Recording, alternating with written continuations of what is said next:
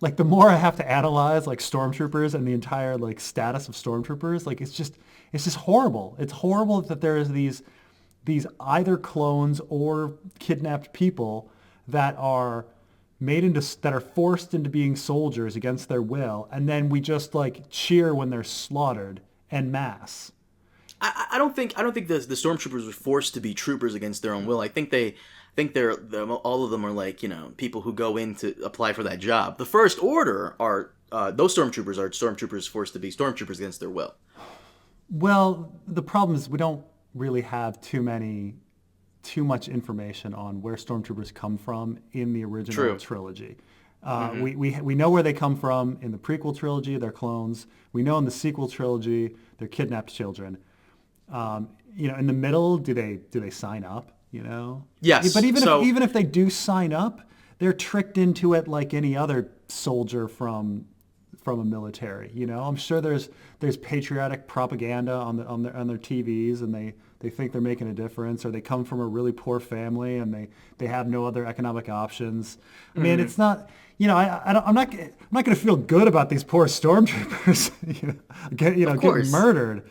But you're supposed to. You're supposed to be like, yeah, that IG-11 flying in, blowing, like killing them in mass, like, yeah, woo. And we'll get to that. But there kind of needed to be at least a line at the end of episode 3 that said that they were going to like decommission the clones, because the clones get like, removed off the whole line, and over time they all retire or they get retired, and they just get like volunteers and people just signing up to be stormtroopers. Right. I mean, I get that by the time Return of the Jedi, post Return of the Jedi comes along, the clones are going to be getting old.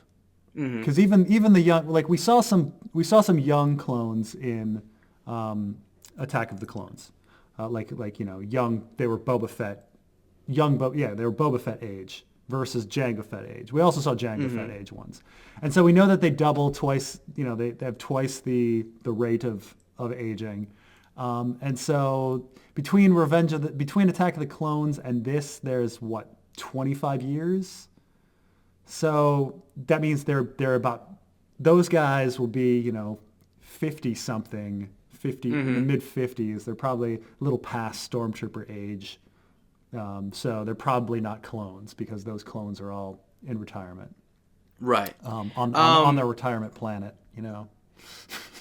Only you can go on for like 6 minutes about stormtroopers. I'm just saying, if you're gonna humanize them, that's the rub, right? You humanize them for humorous effect, and then in the next scene you murder them.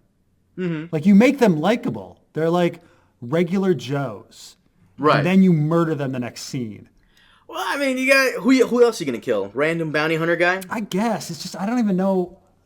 Like at this point, I don't, like, the zeitgeist of America is so schizophrenic, because on the one hand you have John Wick, like those movies coming out, and people just like, oh, I'm just going to show you mass death. And then you have like all sorts of stuff that's meta, that's like, wait a minute, let's step back and let's ask ourselves, what does it mean that we just have disposable people dying on screen? Which is a question we're supposed to ask, considering that Finn is a freaking stormtrooper.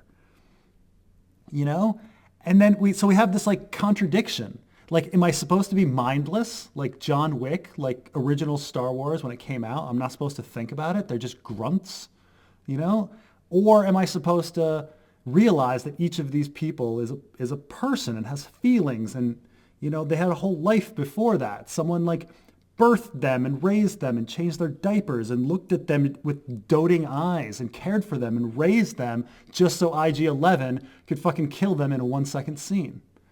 I don't know. I'm not sure how I'm supposed to feel anymore about this. Preston, are you okay? I'm fine. Are you okay? Are you all right, man? Jesus Christ, saying, are you okay? All right, I'm just checking it out. I had the same problem years ago. I had the same problem when I watched GoldenEye. There's this one fucking line in GoldenEye where Ned Stark tells Pierce Brosnan, is the reason you drink and womanize so much to drown out the screams of all the people that you've murdered. And it's just this like passing line in the middle of this diatribe. And I was like, holy shit, like you just called out James Bond. That's really interesting. But then, the villain gets killed at the end, and we're never supposed to like ask about how James Bond feels about Wait a minute. all the people that he's killed. I almost don't remember this line, but Sean Bean says this to James Bond, right? Yeah. Isn't that kind of like the same thing he says to Jaime Lannister in season 1, episode 3? I don't know if he says this in the books. Huh. Remind me if he does. But remember when Ned Stark is like, he says to Jaime, "Is that what you tell yourself at night? That you're a servant of justice?" Yeah, well, I mean, I'll have to find... Did he say that in the books to Jaime before he meets up with the small council? I don't remember that. But I would love if that's like a call to GoldenEye when his character says that to James Bond. Yeah, it's just such a memorable line from me, and I hope it would make sense that why he womanizes so much and drinks so much. Oh yeah, absolutely.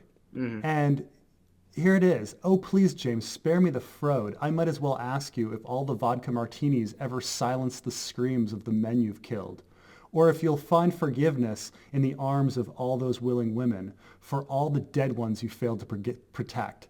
England is about to learn the cost of betrayal, inflation adjusted for 1945. Like it's like such a crazy line, like, and like once you think about that, like once that, it just like shattered James Bond for me. And I could never look at it like the same way. Really? You can't watch James Bond without that line popping up in your head. Absolutely. Like that line. And I remember in the theater, because I saw GoldenEye in the theater, and I remember that line. I've only seen GoldenEye one time. And I saw it when it came out, and I saw it in the theater. And so that line has stuck with me because it came out in 1995.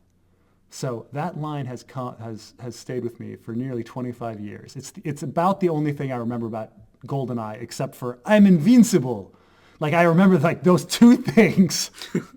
And, like Sean Bean saying that and then getting crushed on a satellite dish, and like Nightcrawler saying I'm invincible, like over and over again and clicking the pen. Like I remember nothing of that fucking movie, but I remember that line.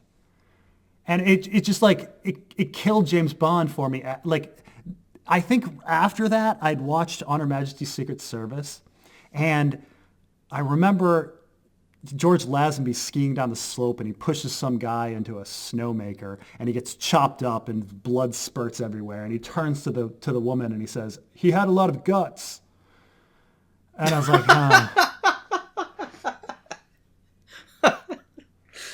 That was good. I like that. like,